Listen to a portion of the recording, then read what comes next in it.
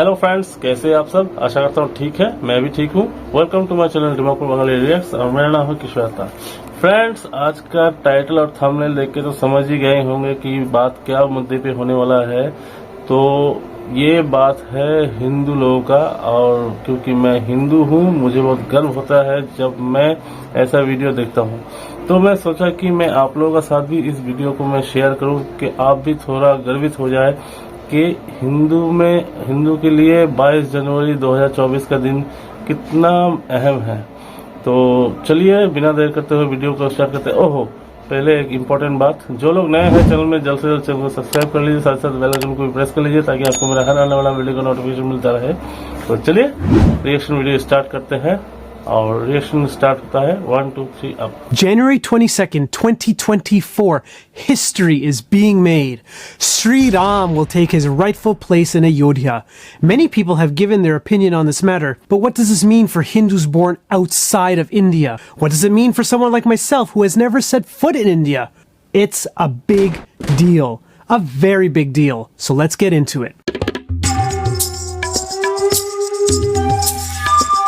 What is up guys, Sean here from Hindu Lifestyle, where I make videos on Hinduism, Hindu advocacy, and spirituality, focusing on my experience growing up as a Hindu in Canada. On November 9th, 2019, the Supreme Court of India made a landmark ruling on the historic Battle of Ayodhya, who has rightful ownership over the land where Sri Ram was born. And if you haven't been living under a rock for the last few years, you know that Hindus were victorious and they were granted permission to build a temple for Sri Ram.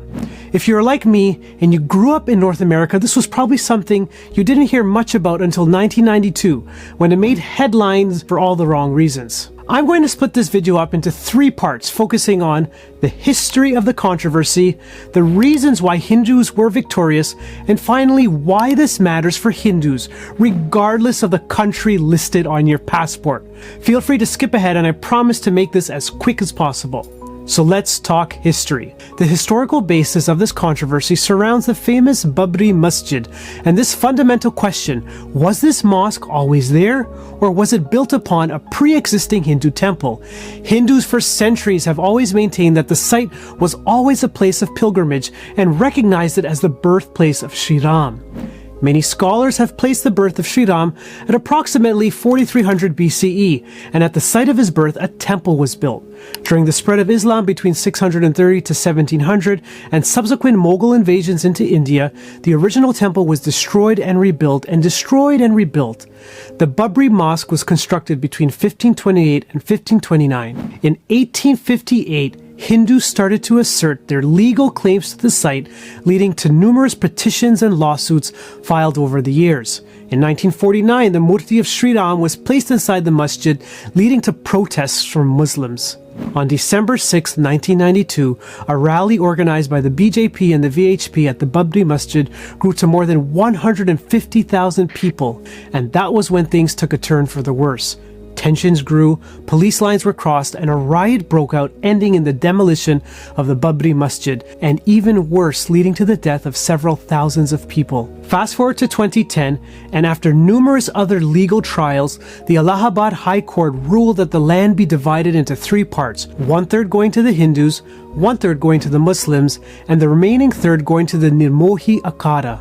Well, that didn't go over well, as all 3 parties appealed the ruling, and eventually the case was heard by the Indian Supreme Court, who ruled on November 9th, 2019, based on evidence that the land be handed over to the Hindus so a temple could be built for Sri Ram. So what made the Supreme Court rule this way? Was it political pressure that some in the media would like you to believe? Well, no, actually it wasn't. It was based on archaeological evidence. Yes, actual verifiable evidence. KK Mohammed, former regional director of the Archaeological Survey of India, was part of the team of archaeologists which had carried out the first excavation at the site in 1976 to 1977. He maintained that there was enough archaeological proof of a grand temple below the Babri Masjid. While his position remained unchanged throughout the years, leftist historians and journalists conspired to keep Hindus away from claiming this land. The main piece of evidence that finally sealed the deal was an inscription written on a stone dating back to the 12th century, composed in Sanskrit, describing a beautiful Hindu temple to Lord Vishnu, built in the city of Ayodhya. Need I say more? One of the major issues for the continuation of this controversy is what I would call in today's terms the woke historians and journalists who constantly push back and didn't want to see Hindus victorious. Noted historian Meenakshi Jain wrote 2 books on the Ayodhya issue, Ram and Ayodhya and the Battle for Ram, the case of the temple at Ayodhya, and in her book she used religious texts as well as judicial and land records from British India along with accounts of foreign travelers to put forth the case that Ayodhya has been a sacred site for Hindus for much longer than a group of left historians would like us to believe. So now that we've looked at the history, the legal issues, and all of the archaeological evidence, what does this victory mean for Hindus? Many around the world would like to see this as a victory for Hindus in the country of India. But no, it is not a victory for Hindus just in India. It is a victory for Hindus worldwide. To understand what Sri Ram means for Hindus, one needs to look at the communities he inspired. I myself am a Canadian. My heritage is Indo-Caribbean. Quite literally, the Ramayana has shaped the Indo-Caribbean society. It has been the go-to scripture that Hindus read, sing, and listen to at any religious function. Not only has the Ramayana been the primary text used to instill Hindu values, it also formed the backbone of cultural performances in our community such as Ram Leela performed during Diwali. The Ramayana inspired so many compositions and folk songs that it becomes impossible to even talk about the life for Hindus persisting in the Caribbean if it wasn't for the Ramayana. When I was 8 years old, my Nani and Nana, my maternal grandparents, hosted a 7-night Ramayana Yagna in Trinidad, which I was there for.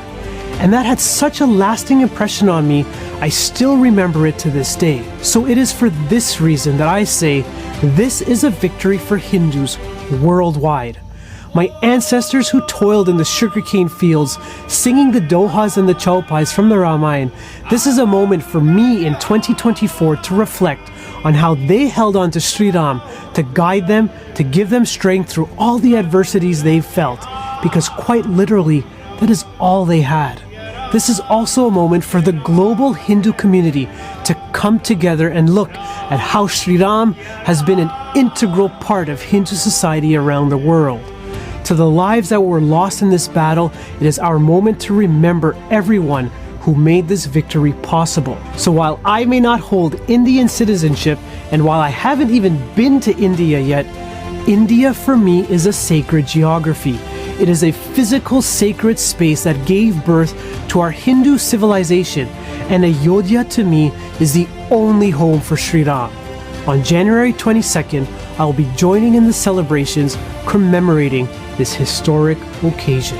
Thank you once again for tuning in. Please share this video with your friends and family. Be sure to hit that like button, and I'll be sure to catch you in the next one. Jai Shri Ram. तो देखा आपने ये reaction video, कैसा लगा आप लोग को ये रिएक्शन वीडियो? अगर ये वीडियो आप लोग को अच्छा लगा, अगर आप लोग इससे कुछ समझ पाए तो वीडियो को लाइक शेयर सब्सक्राइब करना मत भूलिएगा। फिर से मिलेंगे एक नया वीडियो के साथ में, तब तक के लिए thank you very much and bye bye.